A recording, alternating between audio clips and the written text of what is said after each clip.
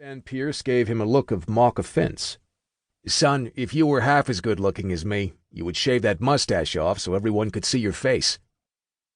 After a moment of intense stares, both men erupted into laughter. "Come on in.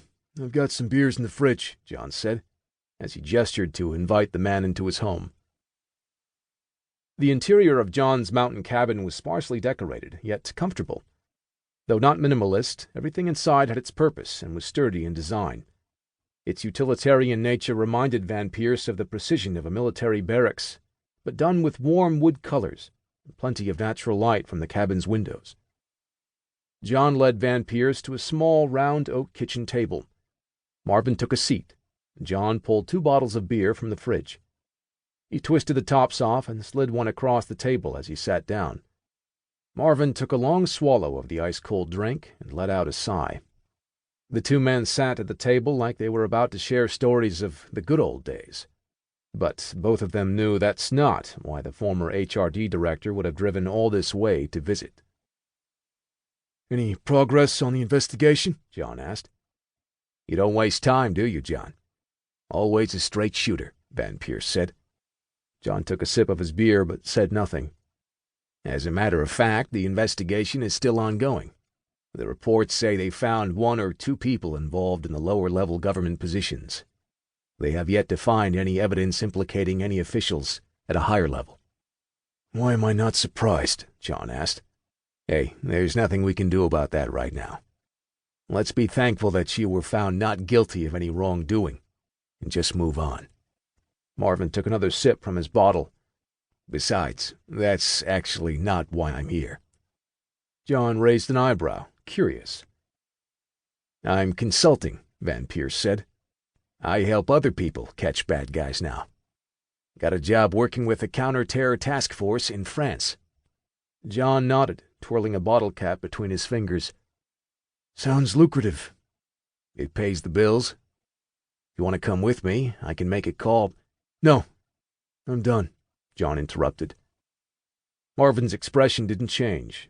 He knew John would refuse. "Figured you wouldn't be interested, but I needed to toss the offer out there anyway. If you ever change your mind, you just say the word, and you're in," Van Pierce said. John didn't speak, instead lifting his bottle and tilting his head in a thanks-for-the-offer gesture. He was really settling into this quiet, peaceful part of his life right now. They finished the rest of their beers, admiring the serene view out the window, and sharing some casual talk to catch up. John stood up as Marvin prepared to leave. "It's been nice seeing you again, old man," John said with a grin. Marvin laughed and clapped him on the shoulder. They shared a firm handshake between 2 tough old soldiers. "Goodbye, John." "Goodbye, Marvin." John watched the man head out the door. He was not as tall as Stone, but Van Pierce projected an authority that many were not capable of. John stood on the porch giving one last wave as the dark sedan pulled away and back down the dirt road. He contemplated the offer, tempted to feel that rush again, but the feeling left as fast as it came. The quiet life was all he wanted now. John finally turned and walked back into his house. Chapter 2. Lyon, France.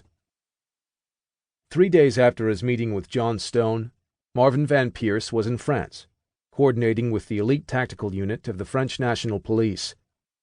Known as RAID, the Recherche, Assistance, Intervention, Dissuasion unit was responsible for counter-terrorism operations within the major cities of the country.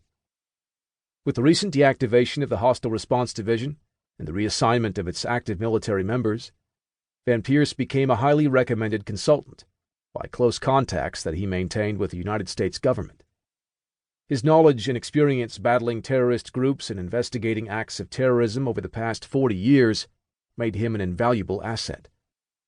On his current assignment, Van Pierce lent his knowledge and experience to the French government, coordinating with them to help locate and stop a new terrorist group that had splintered from ISIS.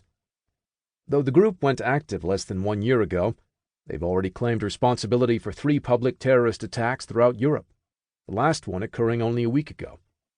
Now, Van Pierce sat in a small meeting room with Maurice Ovraud, The General Secretary for